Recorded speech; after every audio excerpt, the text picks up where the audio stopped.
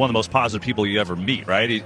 But the switch maybe from less analytical to more just kind of hands-on approach. What do you think of this? Well, I think good news is at least a name that we recognize, a guy that's been around the game, that's been very, very successful. And Kenny's right. He's one of the best communicators in the game, one of the most likable guys. I think long-term he can be a really, really good coach.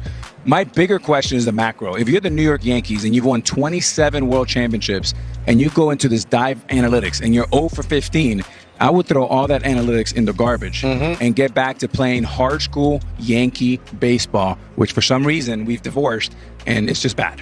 Right down the ball. So look at this right here. I want to show you what's going on. He was talking about hitting with the hitting coaches, and he's laying down the bat a little too early. Bregman is an A to B guy, and I'll show you what I mean. If you see the knob right here, he's going right to the baseball. Bam. Right here in this season, 2022, he's laying the knob down a little too early. And I think that's where he's starting to get in trouble. The greatest thing about baseball is this. As a hitter, day in and day out, you're always looking to make adjustments. It's a game of inches and so many different facets of this game. And Bregman says, man, I tell you what, I can tell from the film what I've been doing is laying the bat down early. Let me show you what I'm saying. Bregman's a guy with a grip, it gets the top hand over like this, and he's really an A to B guy. He's tall, stacked, and just what I mean by A to B is he takes this knob right to the baseball. Bam, there's not much movement. Well, a little thing like what he's doing right now of laying the bat down when he's been scuffing was what he said when he's doing this. Instead of going A to B with the knob, for some reason he's kind of laying it here and then coming to the baseball. And that's why I think with his grip, when you lay it here and come in, that bat path is not on. So all of a sudden you get the turn of your wrist a little too early and you're out front. You start popping balls up and rolling balls up. I have to be able to control what I can control. Right? The process, not the results. The process was, my process was, and a lot of guys would say their process was close. My process was, first off, I got to get a deep breath because I got to turn my vision on, right? I got to be able to relax against these guys to see the baseball. I got to look for something middle away, right, that I can get up, hunt the fastball, drive something maybe to left center gap, and react in. So look middle away, react in. Knowing that pitcher right there has got to throw 3 balls over this plate. Right? He's trying to get me out. He's got to throw 3 balls over this plate. So if I can control what I can control, right? If you eventually got to come into my area. So it's your plate. So it really doesn't matter who you are out there. For all the kids out there, it doesn't matter if you're facing somebody nasty or whatever. It doesn't matter. If it comes in at 100, it comes in at 100. It still has to cross the plate. Yes. Right? And I couldn't stand when somebody would dominate. Someone would strike out their first at bat. They'd come back into the dugout and say, "Man, this guy's nasty today." And I always thought to myself, man, we're making excuses for having a bad day. I tell my kids all the time, don't buy into the fact that these guys, the guy on the mound is nasty, because if you do, you're making an excuse for you to go 0 for 4. And no, stick with your game plan. Stick with the process. What makes you great? Hunt the fastball. Look middle away. React in, right? You got to be able to look. Same process against Randy Johnson, against Ken Hill, against Bob Tewksbury, against any guy Jimmy Haynes, against anybody. If you throw the ball over the plate, if I'm really good at my process and I'm able to slow myself down, get visual, see the ball late, make good decisions. When it's spinning, do I see it up, right? That the process, not the results. And here's the other thing. Here's the other thing. One more thing about process, not results. If you have that mentality and you can control what you can control, guess what? It doesn't matter if it's nobody on, nobody out in the first inning of the second game of the year, or if you're in the World Series, bases loaded, 2 outs in the 9th, and you have to get a hit.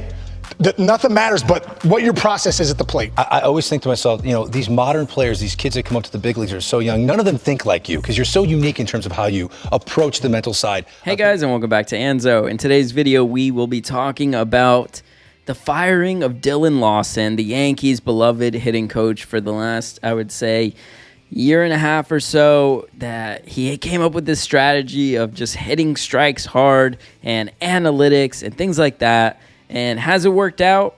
Not necessarily, and so therefore he is fired. And the Yankees hired someone new. So let's get into it. Like I just said, Dillon Lawson was definitely the Yankees, hitting coach. He came from the minor leagues, and I even did a video about him and talking about how he uses analytics. He's never played in the major leagues, but this could be a good change for the Yankees. Unfortunately, it was not the best change because the Yankees are basically second to last in most of all of the stats for the whole team. You have people like Anthony Rizzo struggling, Stanton at times. Judge seemed to be the only one that was doing decent. And even Anthony Volpe was in a slump at one point, and he got out of it. We talked about how Anthony Volpe had dinner with Austin Wells, and Austin Wells showed him, hey, look, man, your swing back then was actually like this and that. I think you should go back to that. And then he went back to that, and he's been very good ever since then. And I've seen some of you guys in the comments asking, hey, isn't that the hitting coach's job? Like, isn't that obvious that you go out there and you look at the reviews, or like you go and you see all of the old past things that this guy has done for each and every single player and come up with a plan? Or why is Anthony Volpe talking to like a former minor league teammate to get an answer when you have the New York Yankees and a full staff of people that get paid very, very well to find out these things? Unfortunately, I don't know if there was already tension back then, but it seems like there was already disrespect, or no one was really appreciating what Dillon Lawson was saying. And for Anthony Volpe, especially, not to go to Dillon Lawson, which he knew already, but Dillon Lawson not to point that out, it seems kind of sketch. So definitely there was already conflict, I feel like, with Lawson and all that stuff, and maybe players not even respecting what he had to say because there were no results at the end of the day. And you saw people like Josh Donaldson just trying to figure it out. And at the end of the day, the Yankees made the right decision to move on. They did it here in the All-Star break just so they wouldn't make a commotion early on. And, you know, they said that they dismissed him or whatever, right? They basically fired him and they hired someone new. And who's this new person? His name is Sean Casey, and he was a former teammate of Aaron Boone and also worked with the vice president of operations of the Yankees back in the Cincinnati Reds days. And basically, this guy was a 12-season Major League Baseball player. He hit .302 for his career. Really a solid player and someone that's been working for the MLB network for the past 15 years. And so a guy that knows the game, has been in the game, that actually has done it, and has a really good personality with working with baseball players. And so this would be his first job as a hitting coach. Really, he's only played baseball and then went to the MLB network. So this will be like a half-year kind of test run to see if the Yankees like him, if he likes it, and then go from there. And basically, this is what Casey had to say. I've been in professional baseball for almost 30 years, and my passion is hitting and the mental side of the game. Working at the MLB network for the last 15 years, I have been able to keep my finger on the pulse of the game. So I feel good about being ready for this opportunity to teach and impact my experience and ideas. One thing I stress is controlling the zone and hunting in the zone. I want them to control their process and stick to their approach with the goal of winning every pitch. At the end of the day, we're going to focus on making sure each hitter has a process that brings out the best version of himself. And not only that, but Boone, who knows him very close as well, had this to say. For anyone that's ever come in contact with him, his ability to inspire is one of the greatest gifts. And I can't wait for him to tap into our players and help them reach their potential.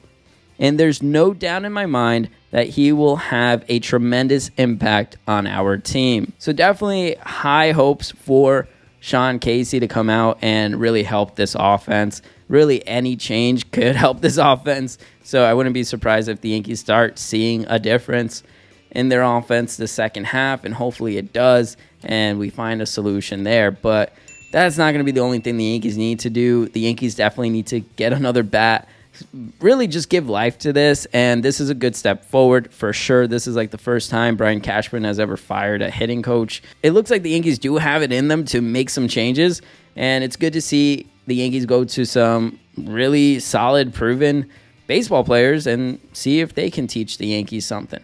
Hopefully that's the case. Let me know if you guys think this is a good decision to bring on Sean Casey, someone outside of the organization, no one from inside, and see if that can actually help them. Let me know your comments down below. And also let me know if you're watching the All-Star game. I know that we got to see the home run derby, which was pretty exciting. I watched it all, and it was interesting to see, you know, Adley. I wanted to see that guy go to the finals. It was really exciting to see that, but it was kind of boring at the end when you got like Vladimir Guerrero Jr. right there, you know, winning it all. But anyways, let me know your thoughts on that too if you've been watching that. But as always, thank you for watching. Make sure to smash that like and subscribe if you enjoyed the video, and I'll see you guys next time. Even when you feel low, you can still go. Even when you feel slow, you can still go. Even when there's no hope, you can still go. I never answer to no, man, I still go. Go, go.